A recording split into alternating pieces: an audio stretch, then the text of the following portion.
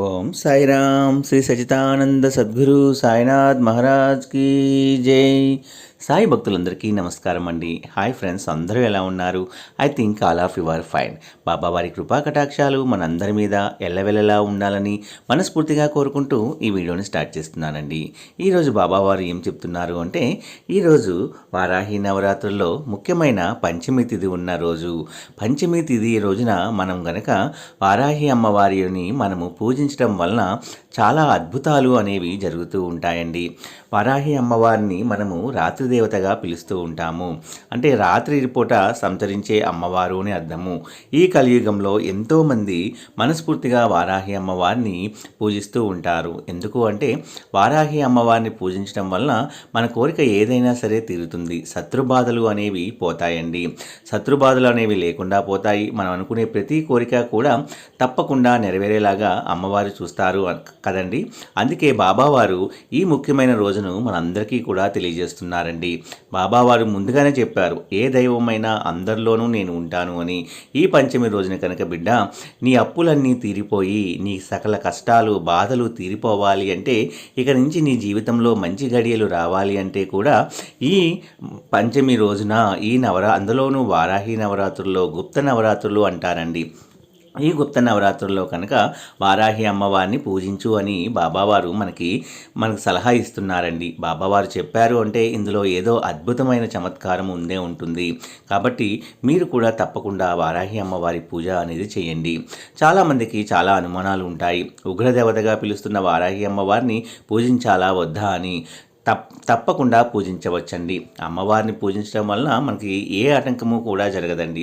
ఒకవేళ మీ ఇంట్లో విగ్రహం కానీ ఫోటో కానీ ఏమీ లేకపోతే మనకి ఇంట్లో ఉన్న లక్ష్మీదేవి అమ్మవారిలోనే మనం వారాహి అమ్మవారిని చూడొచ్చండి.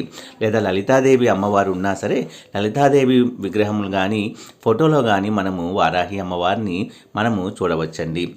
అయితే అమ్మకి ఎర్రటి పూలంటే ఇష్టమండి. కాబట్టి ఎర్రటి పూలతో అమ్మవారిని అర్చించాలి. మీ ఇంట్లో ఫోటో కనుక లేకపోతే మీరు పెట్టే దీపంలోని అమ్మవారిని చూస్తూ ఆ దీపానికి అలంకరించండి.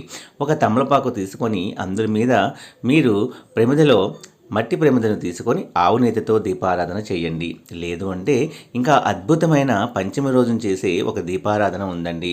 ఆ దీపారాధన ఏమిటి అంటే, ఒక కొబ్బరికాయను తీసుకొని పచ్చి కొబ్బరికాయని పగలగొట్టి అందులో ఉన్న నీళ్ళంతా తీసేసి దాంట్లోనే నెయ్యి పోసి ఆ కొబ్బరికాయలో గనక మనము దీపారాధన అనేది చేయటం వలన కూడా చాలా మంచి మంచి అద్భుతమైన ఫలితాలు అనేవి అమ్మవారు మనకి అందిస్తారండి. అమ్మవారికి దీప నైవేద్యాలు సమర్పించాలి. అదే మనము సాయంత్రం పూట చేస్తే చాలా మంచి అద్భుతమైన ఫలితాలు వస్తాయండి. అందులోనూ మనం సాయంత్రము 8 నుంచి 9 సమయంలో గనక వారాహి అమ్మవారిని పూజిస్తే ఇంకా అద్భుతమైన ఫలితాలు అనేవి మనందరి జీవితాల్లో కలుగుతాయండి. చాలామంది వారాహి అమ్మవారిని పూజిస్తూ వాళ్ళ యొక్క జీవితాల్లో ఎన్నో అద్భుతమైన మార్పులను చవిచూశారు. అలాగే మనం కూడా అమ్మవారికి ముందుగా ధూపము చూపెట్టి నైవేద్యము చిన్న బెల్లం ముక్కైనా పెట్టవచ్చండి. లేదా పానకము.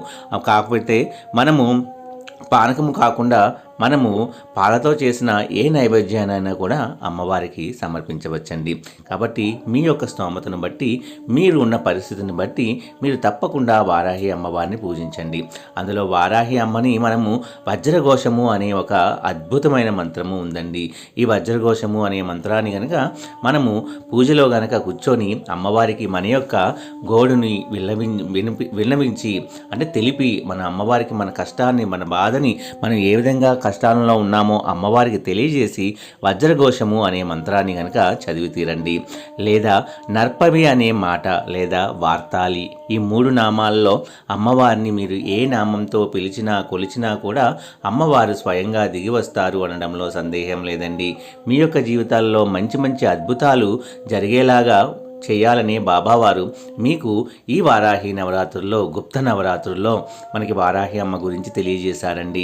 తప్పకుండా వారాహి అమ్మ గురించి తెలుసుకొని పూజ మాత్రం తప్పకుండా వారాహి పూజ చేయండి. ఇంట్లో వజ్రఘోషము, నర్పవి లేదా వార్తాలి అనే అమ్మవారి యొక్క ఈ 3 నామాల్లో ఏదో ఒక నామంతో అమ్మవారిని మీరు ధ్యానించండి. అలాగే ప్రతిరోజు ప్రతి నిత్యము కూడా బ్రహ్మముహూర్తంలో గనక మీరు వారాహి అమ్మని తలుచుకొని వారాహి అమ్మవారి యొక్క నామాన్ని గనక జపిస్తూ ఉంటే జీవితంలో మీకు జరగవు అనే ఏ పనులు ఉన్నా సరే అవన్నీ కూడా ఒక కొలిక్కి వచ్చి జరగాలి అంటే తప్పకుండా జరుగుతాయండి.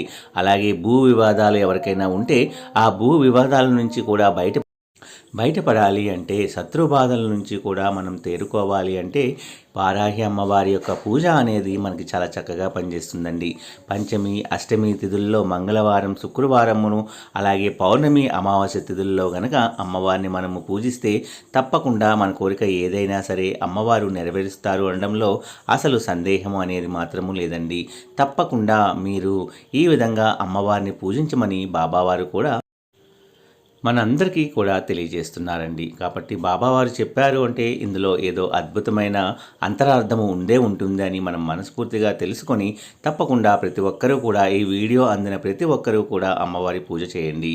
సర్వే జన సుఖినో భవంతు.